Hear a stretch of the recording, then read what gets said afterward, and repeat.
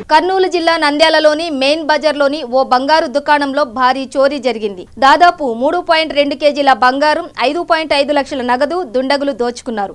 నంద్యాల పట్టణంలో అమ్మవారి శాల వీధిలోని శ్రీ నిమిషాంబ జ్యువెలరీ దుకాణంలోకి గుర్తు తెలియని దుండగులు ప్రవేశించి బంగారు నగదు దోచుకుపోయారు.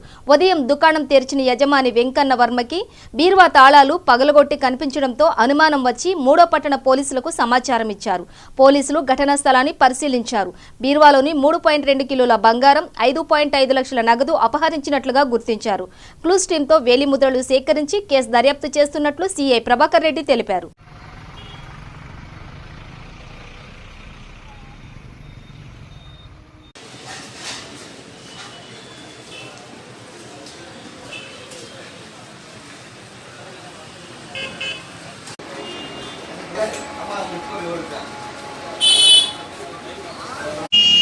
బీగాలు వేసేసి పాదకేళ్ళకి వెళ్ళిపోయినాము. ఆటో వస్తే నేను ఆటోలో వెళ్ళిపోవాలి. బీగాలు నేను తీసుకొని ఇంటికి వెళ్ళిపోయినాను.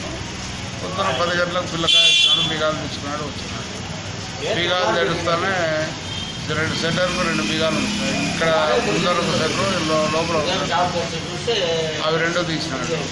ఆ లోపల డోర్ ఉంటుంది.